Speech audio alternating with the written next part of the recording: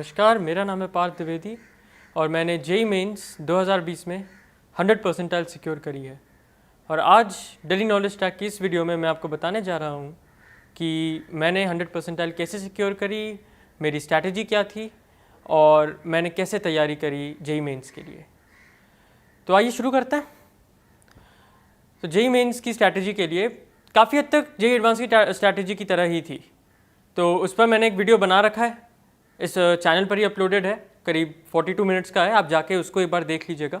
तो इससे आपको एक बेसिक आइडिया लग जाएगा कि मैंने क्या क्या किया अपनी प्रिपरेशन में। वो प्रिपरेशन मेरी स्टैंडर्ड थी क्योंकि अगर एक बार एडवांस की तैयारी कर ली तो मेंस की भी एक तरीके से हो ही गई। और मोर और लेस हम लोग एडवांस पर ही ज़्यादा फोकस कर रहे थे क्योंकि हमको IIT में जाना था। Mains was basically just a qualifying exams for us. तो हम लोगों ने जेईई मेंस में मेन जो तैयारी करी थी वो मेंस की टॉपिक्स की हमने एक्स्ट्रा ध्यान दिया था एडवांस से हटकर, और आखिरी के एक महीने में हम लोगों ने मेंस पर थोड़ा सा ज़्यादा फोकस किया था क्योंकि मेंस उस समय ज़्यादा इंपॉर्टेंट था। तो मेंस की टॉपिक्स तो जैसे हमारे हो गए, फिजिक्स में एक डैम्ड SHM या फोर्स्ड ऑसिलेशंस का टॉपिक आता है, EMI AC की यूजुअली साथ ही आता है, उस पर हम लोगों ने ध्यान दिया था। सेमीकंडक्टर्स का एक टॉपिक आता है, वो काफ़ी इंपॉर्टेंट होता है, P type, N type, PN junction diodes. और रिसेंटली अभी ट्रांजिस्टर्स हटा दिए गए हैं NCERT से, पर लेकिन मैं सजेस्ट करूंगा ट्रांजिस्टर्स भी आप एक बार पढ़कर जाएं जेईई मेंस के लिए, क्योंकि कभी कभी आ जाते हैं उनसे सवाल। Same goes for logic gates. Logic gates भी NCERT से शायद हटा दिए गए हैं जहाँ तक मुझे लग रहा है, जहाँ तक मुझे याद है। और पर लेकिन तभी भी उससे जेईई मेंस में सवाल आ जाते हैं, जैसे हमारे साल आए थे जेईई मेंस में उसके हटने के बावजूद। इसलिए आप या तो कोई पुरानी NCERT ढूंढ सकते हैं इन चैप्टर्स के लिए, या फिर आप नेट से जो NCERT अवेलेबल हो पुरानी वाली, आप वहाँ से आप पढ़ सकते हैं। और कोचिंग के मॉड्यूल्स और शीट्स तो रहते ही हैं, उनमें कोई दिक्कत नहीं है। तो ये तो हो गया फिजिक्स के जो पार्ट जो कि हम हटा चुके हैं। साथ ही साथ फिजिक्स में एक प्रिंसिपल ऑफ कम्युनिकेशन सिस्टम्स भी है टॉपिक, जिसमें से कुछ फॉर्मूले ऐसे हैं जो कि याद रखने वाले हैं। Usually amplitude of modulated wave, transmitted wave, दोनों का रिलेशन एट्सेट्रा। वो फॉर्मूले अगर आप एक बार याद करके ही चले जाएँ तो उससे भी काफ़ी हेल्प मिल जाती है, क्योंकि यूजुअली सवाल जो आते हैं फॉर्मूला बेस्ड ही आते हैं।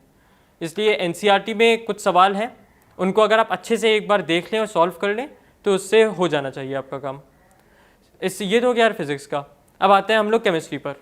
केमिस्ट्री में ऐसे कोई ज़्यादा टॉपिक्स तो है नहीं जो कि मेंस और एडवांस मतलब अलग अलग हों, तो ज़्यादा ऐसा हमने केमिस्ट्री पर ध्यान दिया नहीं। और मोर ओवर हम लोग केमिस्ट्री में थोड़ा एक्स्ट्रा ही पढ़ते थे, तो हम लोग सारे टॉपिक्स कवर करके ही चलते थे। एक टॉपिक जो मुझको याद आ रहा है वो है इनऑर्गेनिक केमिस्ट्री में F ब्लॉक का। F ब्लॉक भी यूजुअली हम लोगों ने ऐसी तैयारी करी थी कि याद ही हो हम लोगों को, कलर्स और एट्सेट्रा एट्सेट्रा। काफ़ी जगह और भी कर चुके थे और काफ़ी हद तक याद ही हो गया था। तो मैं भी सजेस्ट करूँगा इसको साथ साथ ही लेकर चले, उसको केवल मेंस के लिए ना छोड़ें तो ज़्यादा बेहतर रहेगा।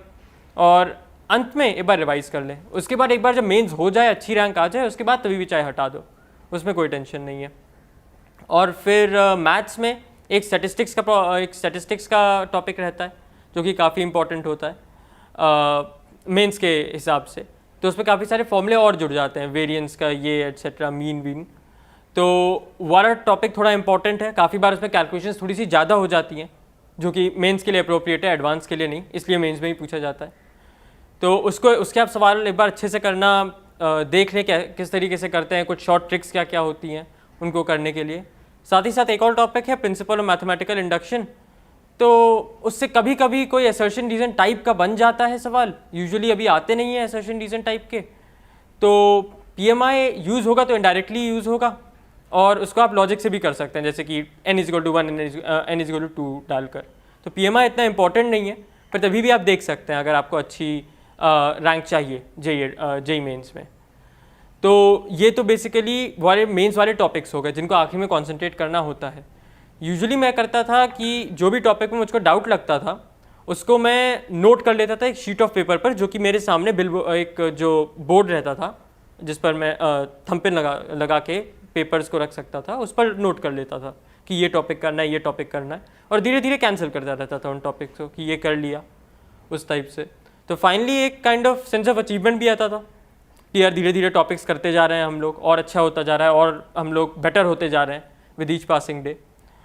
तो ये पॉइंट हो गया कि आप टारगेट सेट करें छोटे छोटे कि यार आज ये वाला टॉपिक रिवाइज कर लेते हैं, आज ये कर लेते हैं, उस टाइप से, तो उससे काफ़ी आपको हेल्प मिलेगी अपनी तैयारी करने में।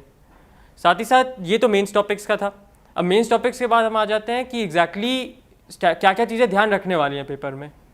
तो यूजुअली वही चीज़ें जो कि एडवांस में ध्यान रखने वाली हैं, क्योंकि पेपर तो वैसा ही होता है। एक बात जो थोड़ी सी ध्यान आप रख सकते हैं वो ये है कि आपको आधे घंटे टू 45 मिनट्स पहले आप बैठ जाएंगे कुर्सी पर, कंप्यूटर आपके सामने होगा, टाइमर चल रहा होगा, और उस समय थोड़ा सा डर लगता है क्योंकि पेपर शुरू नहीं होता है और खाली बैठे रहते हैं, तो दिमाग में अलग अलग तरह के ख्याल आने लगते हैं कि यार पेपर मुश्किल आया तो कैसा होगा, पेपर ज़्यादा आसान आ गया तो कैसा होगा, सब लोग कर लेंगे, पेपर ऐसा हुआ कि यार कुछ हो ही नहीं रहा है, पेपर ऐसा हुआ कि यार आया मैंने पाँच छः आंसर ही मैंने गलत कर दिए तो अब क्या करें, यार ऐसा हुआ कि ज़्यादा नेगेटिव मार्किंग हुई तो क्या करें। तो सोचो मत यार इन सब के बारे में।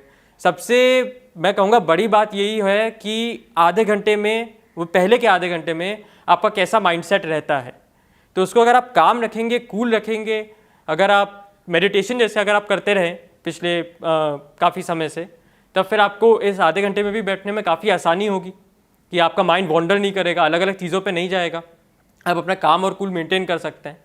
तो ये भी एक साइकोलॉजिकल तरीका है जिससे कि आप अपने एग्ज़ाम को बिगड़ने से बचा सकते हैं।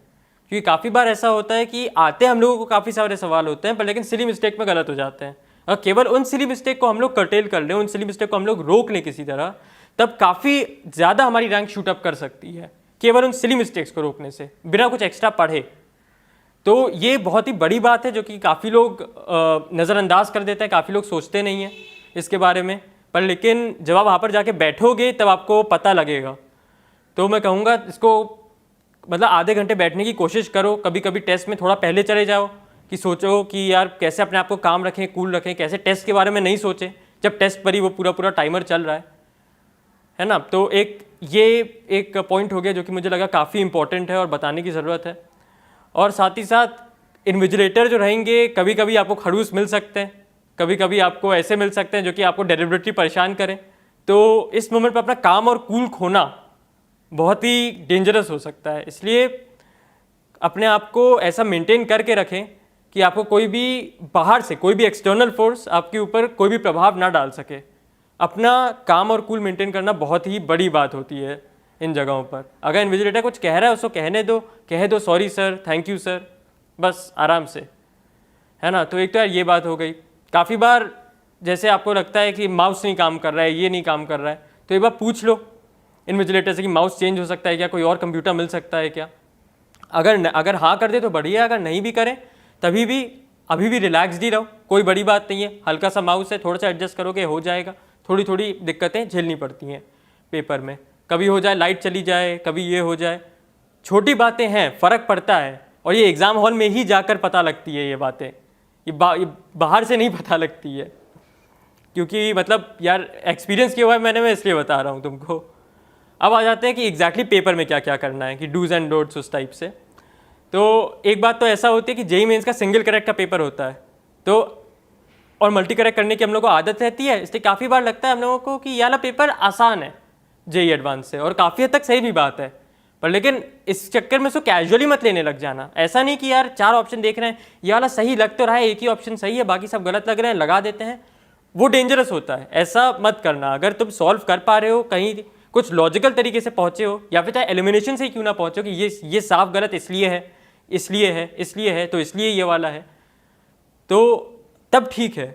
मतलब एक सॉलिड रीज़न होना चाहिए तुम्हारे पास हर चीज़ के पीछे। ऐसा नहीं कर सकते यार ज़्यादा सही लग रहा है, उस चक्कर में मत लगाना, नेगेटिव मार्किंग होने के काफ़ी ज़्यादा चांसेस होते हैं, क्योंकि जो लगता है वो काफ़ी बार होता नहीं है, बहुत बार नहीं होता है ना। तो एक तो ब्लाइंड तुक्के मत लगाना, वो मैं कहूँगा।